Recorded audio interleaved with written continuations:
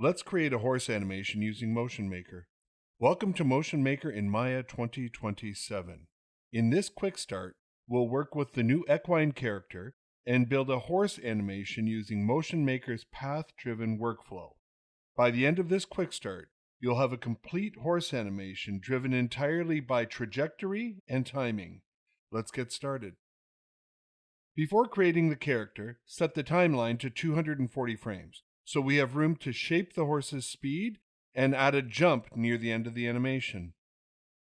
Next, open the MotionMaker editor. From the Create menu, choose ADSK Equine. This adds two elements to the scene, the equine character and the path locator.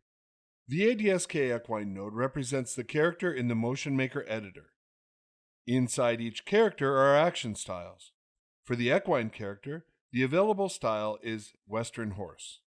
Within the action style, behavior is organized into action groups like movement, and those groups contain action tags such as default and jump.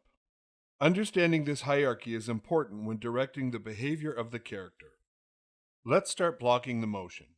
Zoom out slightly and move the path locator to your start point in the scene, and snap the character to the path.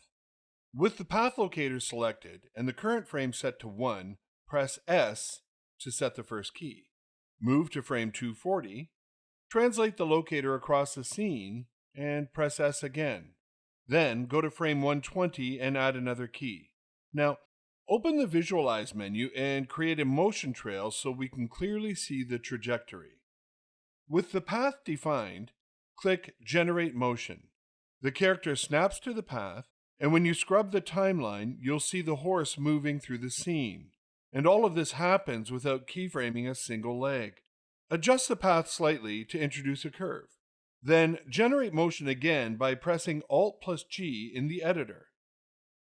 Now the horse follows the curved path. Because MotionMaker is driven by trajectory, changing the path directly influences how the character moves through the scene. The system reacts automatically to those changes. Select the key currently at frame 120 and move it later in the timeline to around frame 180. Generate motion again.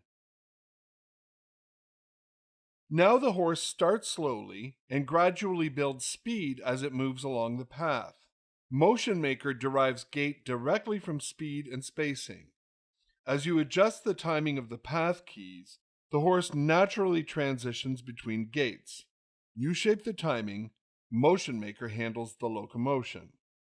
Now that the horse's speed and timing are working, we can add a behavior change to the animation. Look for a moment when the hind legs are planted on the ground. Now, right mouse button click the movement action group and choose Jump. Move forward about a second, and right mouse button click again and select Default. This creates a sequence: default, jump, default. Okay, generate motion again and scrub the timeline. The horse starts slowly, builds speed, and performs the jump before returning to its default motion. MotionMaker handles the timing of the takeoff, airtime, and landing automatically. Select the MoMA Equine node in the outliner and head over to the channel box. Here you'll find several character resolution options, including Robot High, Robot Low, Natural High, Natural Low, Bounding Box, and None. Switch to Natural High. Choose a texture variant such as Chestnut Spotted. If necessary, enable materials in the viewport. Now the robotic preview mesh becomes a fully rendered horse. Scrub the animation again and watch the horse accelerate and perform the jump. And just like that, we've gone from a simple path to a complete horse animation. In this quick start, we created an equine character, used the Western Horse action style, animated a trajectory, shaped the path direction, adjusted timing to influence the horse's gait, added a jump, and switched the character from a preview mesh to a natural horse variant. With MotionMaker, you focus on trajectory and timing. The system takes care of the performance. And this is just the beginning of what you can do with MotionMaker.